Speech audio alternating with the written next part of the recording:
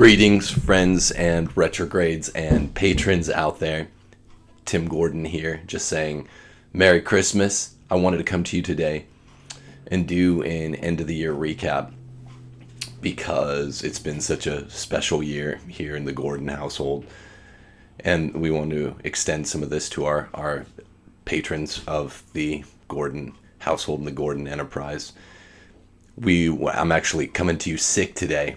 As you could probably hear in my voice, we thought we were going to fit in another Rules for Retrogrades episode here on the 23rd, and I'm not sure if that'll happen. We're going to do a last quick show on Mike Church's channel, the Crusade Network, but I don't know if we'll get to another one today.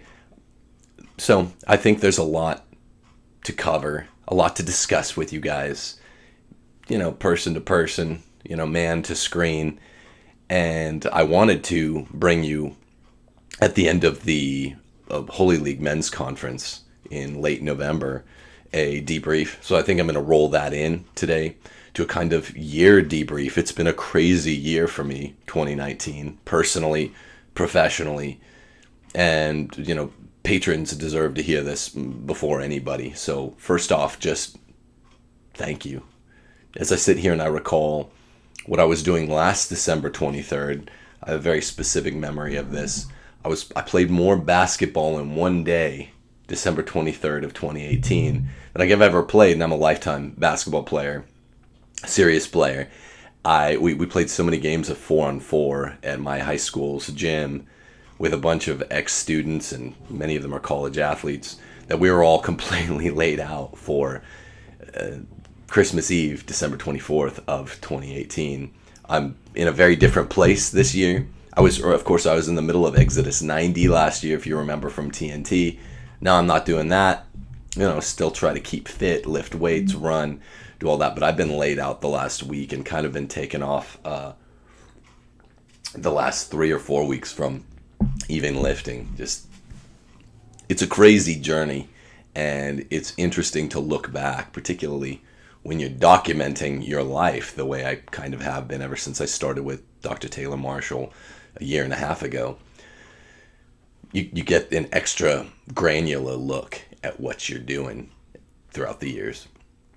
So first off, I want to address a couple things that people said to me at the Holy League Men's Conference in Portland with, a lot of amazing Portlanders. And it's not my city. I didn't think this was my set. Portland, Oregon, Portlandia with hipsters and doofuses and very leftist place. So I was surprised with the level and the rigor of the authenticity of the faith endemic there. And evidently it's a bigger thing. There's more traditionalism there in Portland than there is here. And I live in a kind of conservative city in California. So it was amazing to meet all of you guys, patrons. What's up? I might release this generally if we don't get another video out Christmas week. But it was really, really, truly amazing to see you all, to meet you all, to talk with some of you. Of course, I was running out. I did 2 talks. They gave me the lunchtime talks. I did back to back. One was on Catholic Republic, and the other was on the upcoming book, No Christian Feminism. Have a couple exciting announcements. I'm going to kick those to the end of this short little interlude, sort of regarding No Christian Feminism. People really enjoyed the feminism one. That seemed to have brought the house down, so to speak. Jesse Romero was there with me. We had dinner afterwards. Archbishop Sample, and just it was a great time. It was a great time. We had the big fight. The Andy Ruiz, Anthony Joshua rematch. I had to run out to the car, and we had the Zone app. I was watching it in between signing books, and it was just amazing to see so many authentic, non-cliche, well-adjusted men out there, and who are legitimate in their request for a more specific layout of what a post-feminist world would look like. And in all frankness, I think that's just what they have coming up to them, for them, in the No Christian Feminism book that will be released in 2020. The deadline on that might be pushed back a bit because we want to do it the best, and research is number one. We're still not 100% certain on that. Rules for Retrogrades will be coming out in early March with Tan, and that'll be the first release of the year, co-authored by Dave and myself. And I talked about that some with people there. It was an amazing time. I loved hanging out with Jesse and his whole crew who he brought out there. I brought my whole fam. We just drove. Jesse's coming from my neck of the woods here in LA, and he flew. He flew with his wife and his buddies who come with him to all the conferences. I've become friends with Jesse Romero. Such a good dude. And we're going to have him on the show, by the way, in January or February. We have a whole exciting list of guests lined up in January/February. It looks like Dr. Mike Cirilla from Franciscan University. Dr. Jay Richards might be our first guest of the year, by the way. His book on fasting, that should help all of you guys with your New Year's resolutions. We're going to release that like January 6th. And Dr. Jay Richards visited with me and Taylor on TNT once or twice. We've become friends. He blurbed my first book. So, lots of exciting guests. Matt Fradd has agreed to come on the show. My friend Steve Rummelsberg has agreed to come on the show. Lots of new authors. We might have Joseph of Our Lady of Guadalupe fame, 3 shows back on the show. It's just going to be an exciting time. And when I talk to all these young men, middle-aged men, even older men, at the Holy League's men's conference in late November, I realized just what a need there is. Sounds like a cliche. I should back up. But what a need there is for what we're doing here.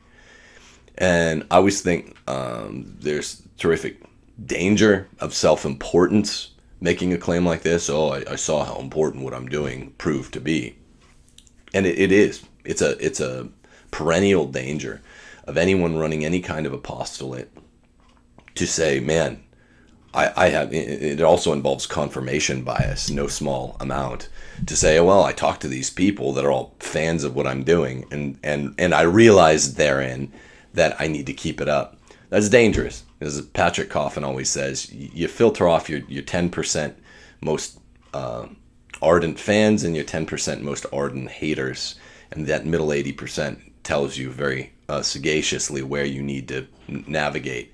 But it is true from the perspective of what Dave and I are doing on No Christian Feminism and here in Rules for Retrogrades, that this is the most sorely needed remedy to any ailment, because it is the most sore ailment in the world, in the laity or the clergy. What is to be done about feminism? So it was a tremendously helpful amount of feedback and tincture and character of feedback that I got just by talking to those guys. So I'm trying to keep my voice, keep it going here. I haven't done a video for a few days and I keep losing my voice. And that's also why you see me here, by the way, plugging this new gear I just got from Motherboards. They sent it to me. I have my name on a shirt. It's really, really cool. It's a super comfortable beanie. Love Your Motherboard. Great people. Our biggest sponsor. Look at these cool stickers. Virgin Most Powerful at loveyourmotherboard.com. You got stickers. My kids love these. These are grip tape themed stickers. Got even for the little girls, these Virgin, play tattoos, fake tattoos. It's really an amazing company. I'm truly grateful not only that they did this here, I'm looking for it, this design, the Catholic Republic deck, which they can't keep in stock. It's a great gift if you need any last minute gifts that will arrive late. But just their support of the project. I'm always hearing from Lisa Fixler over at Love Your Motherboards saying, I watched the show and it's great. She loves Taylor's show too. Just everyone out there, you don't understand when how important personally, professionally, even spiritually, emotionally it is to hear from people like motherboards, or Carry Your Cross at carryyourcrosslifestyle.com. Other Catholics that are trying to, in a different approach, a different angle to the truth, making inroads. And, it's great when you hear people are watching the show and that you're able to connect with them and that you're helping them in what they do. Mutually, it's a great symbiance. So everyone check out Love Your Motherboards. They have truly cool stuff, and it makes for an amazing gear and gifts all year round. I said, you'll notice in my last statement, I said what Dave and I are doing, because Dave and I are co-authoring these two books, No Christian Feminism, and secondly, the brand titled Rules for Retrogrades, coming out on two different Catholic publishers in 2020. I also mentioned Dave and I on Rules for Retrogrades. Our friend Chris Blands, one of my best friends, was amazing. Helped us get the show off the ground. We've gotten 21 episodes on the books, which I'm just going to say it outright. We're proud from a production point of view to have 21 episodes done and on the books between October and December. So Chris was on, I think, something completely like 13 of those 22 shows where he was there for the entire episode. He's a man of many parts, a man of many talents, and he, said from the very beginning he can't commit all his time to this. In 2020, he has even less time, so it's more going to be a brand, Rules for Retrogrades, synonymous with Dave and myself. Obviously, it's on my YouTube channel. Many people that I spoke to at Holy League Men's Conference expressed concern or just inquiry, quizzicality, an inquisitive spirit. I don't know how else to put it, with regard to the natural differences which inhere between the worldview of myself, and some people ask about the difference between the worldview of me and Taylor. That's nothing new when I was on his show. Myself and my bro, Dave, myself and Chris. I got more questions about Chris's, particularly his tweets with regard to people that kind of fragged me and Taylor. People, I won't beat around the bush, like Bishop Barron in our neck of the woods here. People like Trent Horn, because Chris has been active on Twitter talking to both those guys. Look, that's great. I mean, I'm 100% supportive of free speech, not just in the anti-governmental form, but in the cultural sense as well. When I brought Chris on board, and I said, hey, do you want to do, if all you have is 2019, late 2019, then we'll take that, because it would be great for people to hear three voices rather than two, at least for the first couple months of this. And I never, contrary to the way that some outfits run, Rules for Retrogrades, I never wanted to do a censorship, only tweet about this kind of thing. We do have natural differences. I guess that extends even to our professional and ecclesiastical loyalties. So lots of people were perplexed by tweets about, that seemed really supportive of Bishop Barron or Trent Horn. That's fine to support those apostolates. It doesn't stymie any. People know my sanguine kind of approach to these things. Shouldn't be surprised, and probably won't be surprised. Some of Chris's tweets from the last month might have surprised me, on the contrary, and that's fine. But since he's going forward into 2020, not going to be sort of the name behind the brand. I'm only addressing it here for a couple minutes. There's something of, maybe a danger of emphasis, a fallacy of emphasis, when a person says, let's say someone lays on Twitter, tweet after tweet after tweet about the fact that Adolf Hitler, for example, was beloved by the dogs and the children of his officers, his commanding officers, which is a historical fact, right? If I did 10 tweets about that, historical oddity, historical curiosity, one would, I guess, rightly wonder, oh, wow, does this mean Tim is a Hitler fan?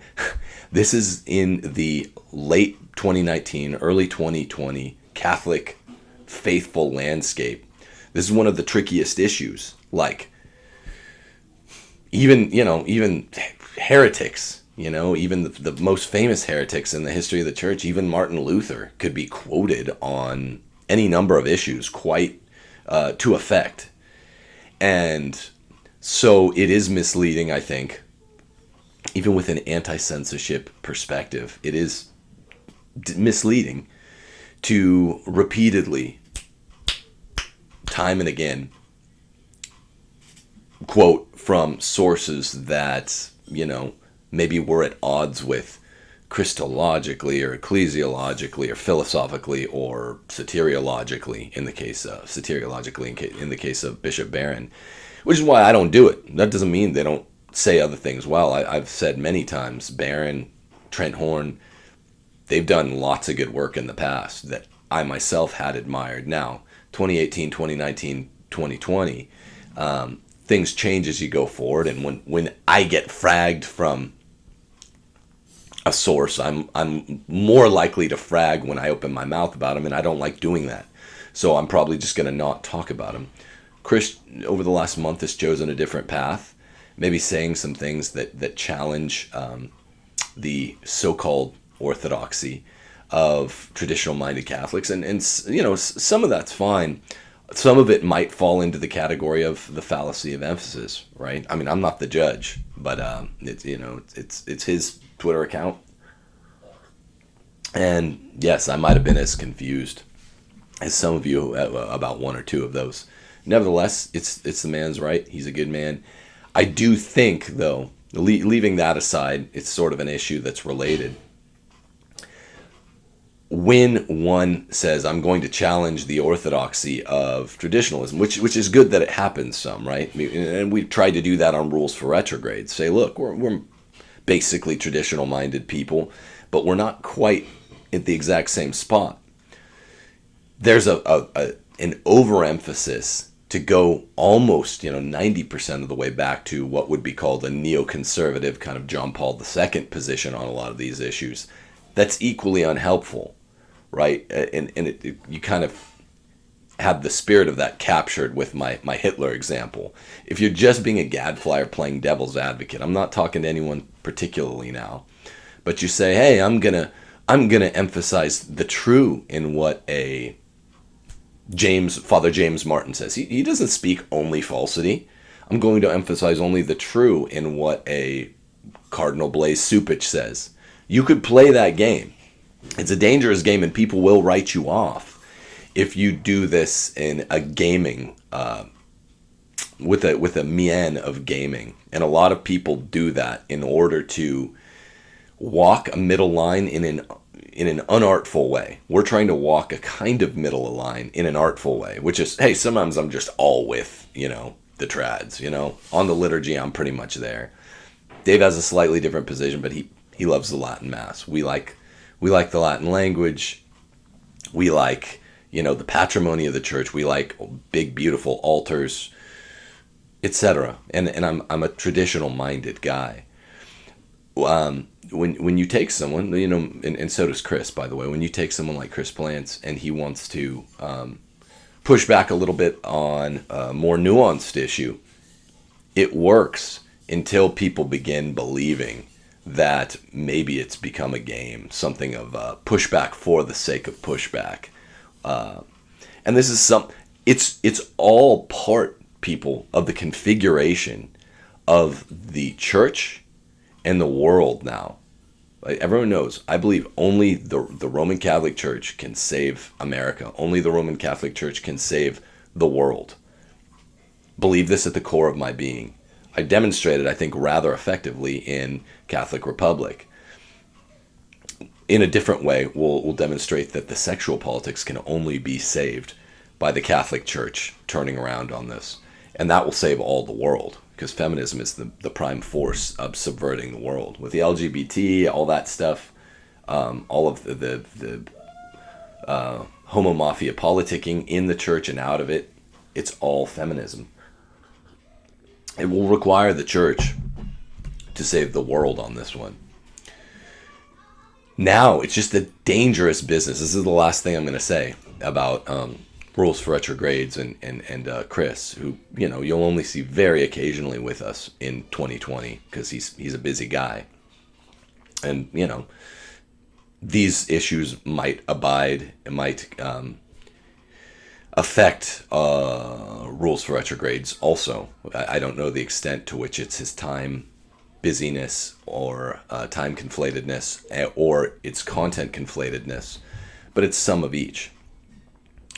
What I'm doing now, again, I don't want to sound self-aggrandizing. What I'm doing, sitting in here, even though it's safe, I'm comfortable, I'm sick and kind of laid up in my home. What I'm doing is dangerous. It is dangerous. I learned this very early on when I was podcasting with Taylor from, really August of 2018 to October of 2018. People here, you get contacted. One is the subject of discussions, and the discussions are brought before the subject, the person doing the podcasting, when you're pushing buttons, which Taylor and I were doing. And it comes home to roost. That's all I'm going to say. I've never shared with you guys the difficulties or headaches or even heartaches, save for a few that have been brought before me because of what I did with TNT or what I'm doing with Rules for Retrogrades.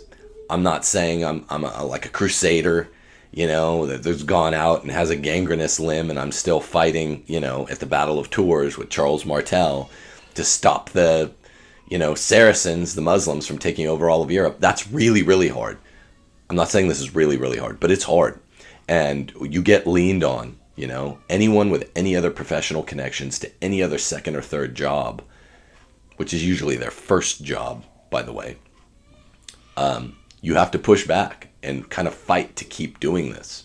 So I appreciate all my patrons, because you guys know, hey, at any time, I might be forced with the uncomfortable decision of making this either no longer a part of my life, podcasting, or making it all I do. Steve Skojic talks about that decision. Pat Coffin talked about that decision.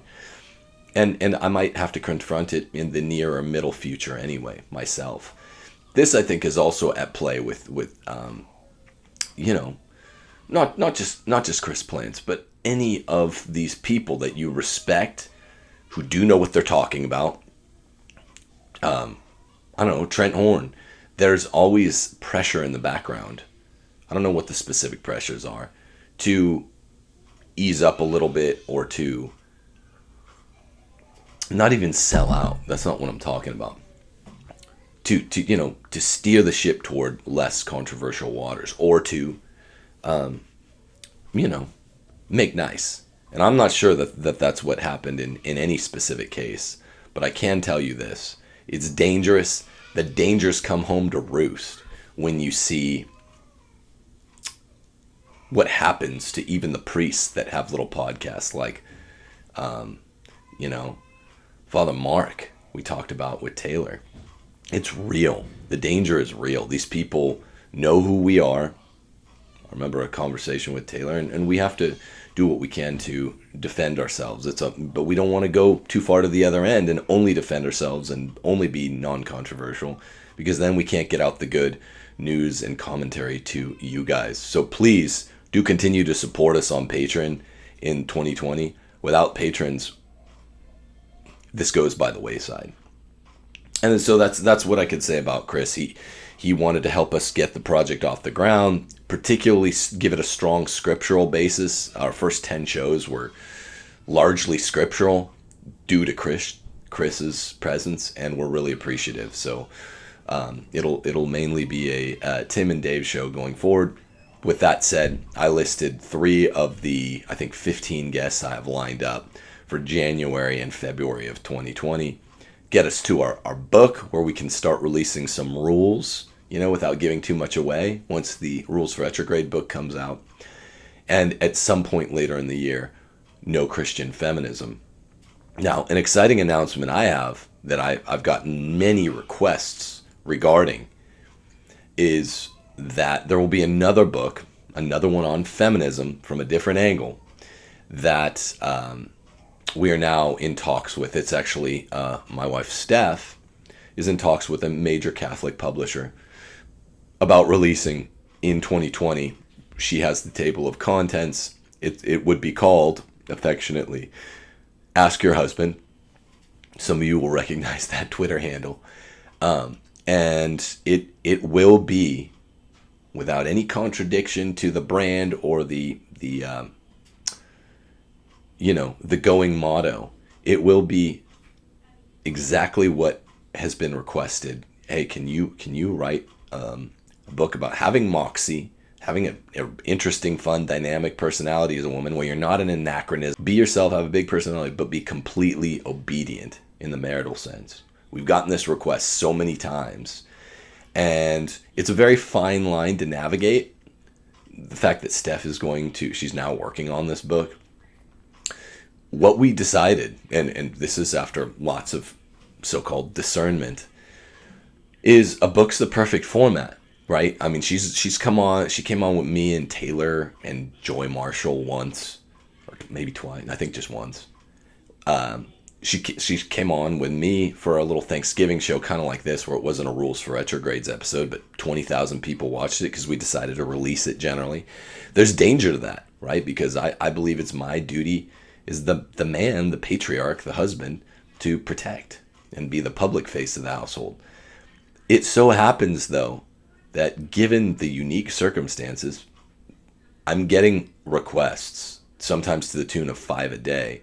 Well, could we hear from Steph more? Well, in person, doing interviews, sometimes even phone interviews, is more undue exposure than we're comfortable with. But if she comes on my show with Dave, me and Dave's Rules for Retrogrades, that's more comfortable. We can control it. We can control the audience to some extent. But ideal is a book. And the idea of the book is this. It is not a contradiction of, man is active, woman will be passive. And in the home, to release a book or to speak. We were talking the other day about Mary, the Blessed Virgin, at the wedding feast of Cana, when she's responding to a particular exigent set of historical circumstances, right? They're out of wine. And instead of saying nothing, she does say something. Now, what she says is basically, do whatever he says. That's what Steph's Twitter handle means. Ask your husband, right? In some ways, she's pointing with this book at our book, No Christian Feminism, and saying, ask my husband in this sense. But it's not, she doesn't just say, well, I'm the woman. Talk to the hand. I'm not going to speak to you. She says something. She says, ask your husband. It's always referential back to her son, to Jesus, through Mary. There's a Christology of the household, and that's what ask your husband is all about, right? Like St. Paul says in Ephesians, Christ to his church is the husband to the wife. And sometimes, like the most feminism beset era of all time, 2020, December of late 2019,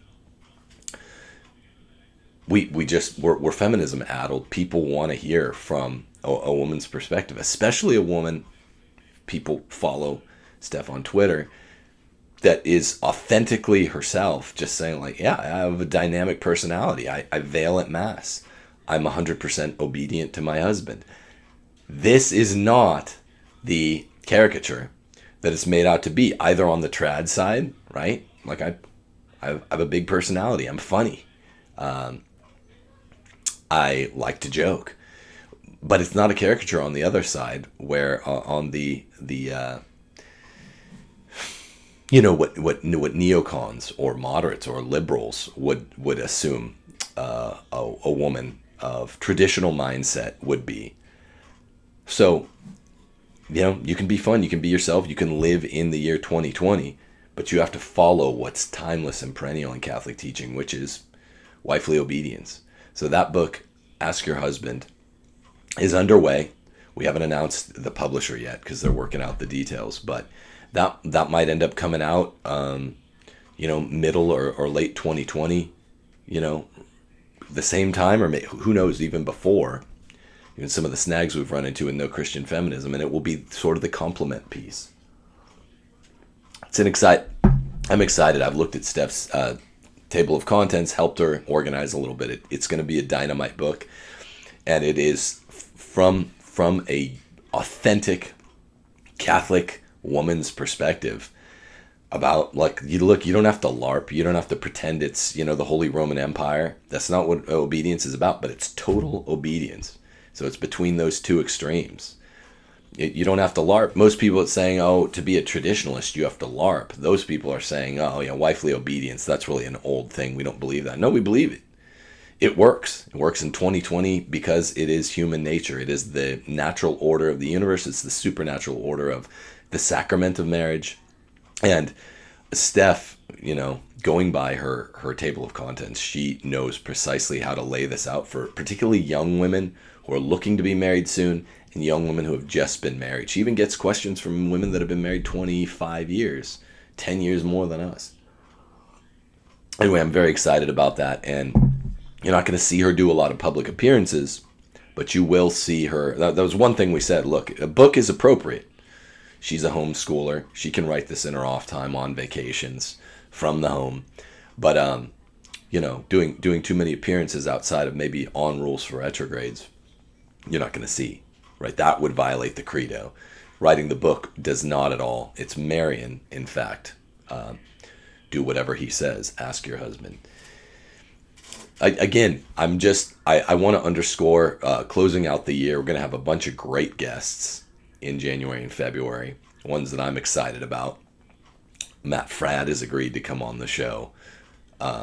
Just tons of great dudes, and repay the favor, help some of these guys push their books, new projects, etc. It's really exciting. Michael Vorse has agreed to come on in middle January, part of celebrating and announcing that they have a new studio. It's just exciting to have all of these opportunities, and I do want to say the year that I spent with Taylor, I'll probably close with this. It was a great year. It was actually a little more than a year. We were on contract for a year, and it's paved the way for Retrogrades. He's doing with a slightly different bent. He's continuing on Taylor Marshall channel. We're on my channel, Timothy Gordon, Rules for Retrogrades, me and Dave. It's enabling us to cover more ground between a few different shows, a few different podcasts. And, we want to link arms with as many people as we can. But that year was crazy. I told you, getting up at 5:30 every morning, rolling the camera, rolling the tape. It was a new perspective on the world. I'm comfortable talking in front of people because, I'm a teacher, college instructor. But, it's really special, the opportunity that was given, and I'm infinitely appreciative to Taylor for having me on to talk about Catholic Republic. I think in late July of 2018, that's where it all began. And anytime Archbishop Vigano breaks news with a new statement, I'm always thinking of me and Taylor would always hop on with those even before October of 2018 when we were like, let's do this on the regular. Yeah, what a great time. What a time to be alive. It's a time to fight. Greatest crisis that the church and the world has ever faced. But it's an honor to fight, and it's an honor to fight on all your behalf. When I think of Christmas this year, it's December 23rd. I just think of, the beauty of the first coming, and I try to imagine with the moral imagination, the Parousia, the second coming, and the fact that after Jesus came to earth and went back up to heaven, this is how, ecclesially speaking, this is how the Holy Spirit operates. It operates mostly through the bishops and priests, but weirdly enough, in the post-conciliar, post-Vatican II era, when everything's going wrong, the libs in the church wanted to hear the laity's voice. Well, they're hearing it. And that's us. That's me. That's Mike Boris. That's Dave. That's Chris Plans. That's Taylor. That's the Remnant. That's LifeSite News. So it's irony of ironies, and it's an honor to fight. And there's a beauty to it, even though there's a solemnity to the state of the world now. It's really a dangerous place. Even sitting here in my den, just podcasting, it's a dangerous place. But there's beauty to drama, and there's beauty to suffering. And that's, I think, why we have the capuchin skull as the insignia for the show. There's beauty to suffering, and the Roman Catholic Church has always been the first and the best to note that. So God bless you all. Merry Christmas. There's a slight chance that I'll surprise you, surprise myself, being sick here in my motherboard's gear. They just sent me a big package. And get out one more show before Christmas. I'm finding that more and more doubtful because I'm feeling bad even sitting up straight for 35 minutes to release this to patrons. If we decide not to do another show, I might release this broadly. But we have a ton of guests lined up. I only listed about half of them, a third of them, right at the beginning of 2020. And God bless you all. Thank you for being my patrons. I don't take it lightly.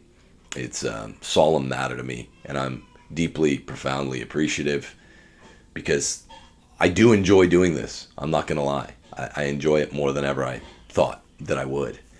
And it propagates the mission, the project. Thank you all. God bless you. Merry Christmas. He is born in Bethlehem, and he's born to save us sinners. Never let anyone tell you otherwise. This is the whole purpose of Jesus coming. He is the Redeemer and the new Adam. God bless you all.